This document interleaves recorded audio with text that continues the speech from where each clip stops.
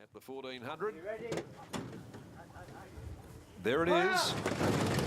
Racing as well from the inside. Geiger Gem anticipated the start, landing in front from Top of Tawaza. Cash on Call is now going to rush up there with Men of Muck and Budden.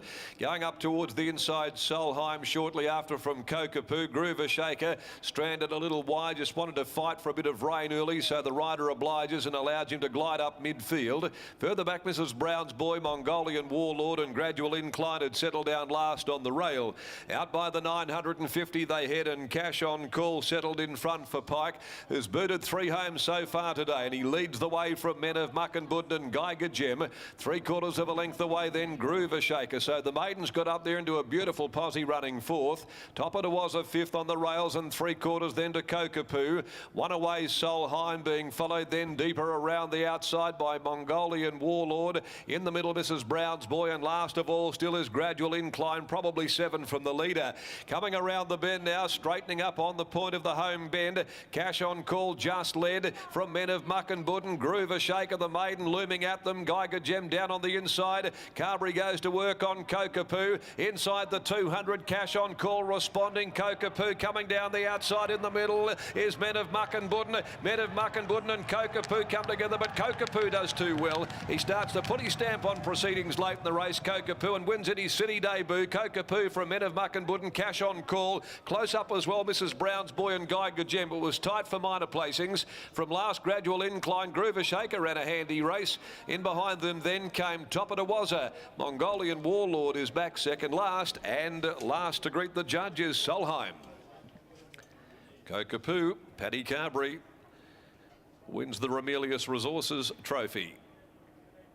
Trained by Alan Matthews and ridden by Pat Carberry here for the Tomos Syndicate and partners. Kokapoo over Men of Muck and Budden. Cash on Call will just hold 3rd in front of Geiger Gem, and then Mrs. Brown's Boy in 1:23.45. So it's 2 starts for 2 wins here in the West for the Medaglia d'Oro gelding from Tangawai, owned by the Tomos Syndicate. Mrs. P, Ms. RC, Ms. A. Thompson, G. Hilton.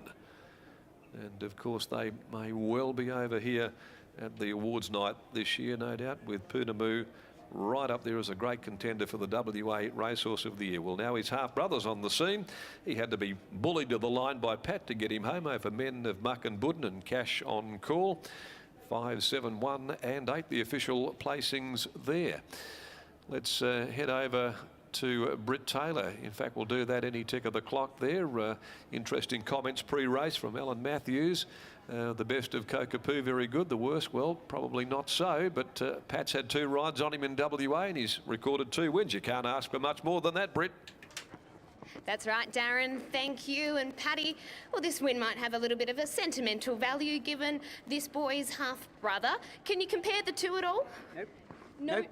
Nothing similar in their traits, in personality, anything? Same owner, same trainer, same jockey. Tell us about the run today. Lobbed into a good spot. I probably rode him a horse closer than what I feel he's better ridden, a little bit quieter. But with the way the track's playing, there's no headwind. Didn't want to be that far off him, and he sort of got there, and probably he won quite well. But the only similarity compared to him and his brother, they're both got a bit too much to think about. But I thought he won well, but the track's a little firm today, and I think he felt it a little bit. He probably didn't quite let down as good as Pinjarra. I mean, I know it was a stronger field today, but you know, he's a progressive horse, and good to see him put 2 good runs together, because his form in Sydney was quite wishy-washy. So hopefully he can continue doing that. How much ability has he shown you guys? On the track, he works really well. Not as good as his brother, but he does work really well. And a few times I've said to Alan, if he can take that work to the races, he's a genuine Saturday horse. And so far he's proven us right, but hopefully he keeps taking the next step. Hopefully he does. Congratulations on the win, Paddy. Thanks very much. So Brittany catching up with Patrick Carberry. His good mate Alan Matthews joins us. Kokapoo makes it 2 victories on the trot here in the West, but that was impressive again, Alan. Yeah, wins are always impressive. Yeah, look, as I said, he's done his job. We're sort of on his last run at Pinjarra, you would have expected him to come here today and be very competitive. He has done businessman-like, not much more you can say. Happy with him. What were your expectations when he arrived here, and of course the owner's expectations when he arrived here in the West? Oh, look, the owner doesn't put any expectations on them. He just lets me do what I want, but he sends them here because they're either not going as good as he'd like them to in Sydney. Look, he's always showed us he's a nice enough horse, but as I said, what worried me was the big distance between his good form and his bad form. You know, he could run good races and then he could run terrible races. But look, he's put two together. He seems to be fitting into the program at home. I think he'll only get better. I think I just heard Paddy say he might have been feeling the track a bit, so obviously he will appreciate Belmont through the winter. You stepped him up to the 1,400 metres today. His best trip in your eyes? Look, obviously he's 1 and 2 a mile, probably should get that. I thought on his run the other day over 1,200, I thought the 1,400 he might have got a bit strong, but obviously he's settled quite well today, and that might be telling us that he's looking for a mile. What about his half-brother at home? How's he going? Yeah, being a pest. He trials on Monday.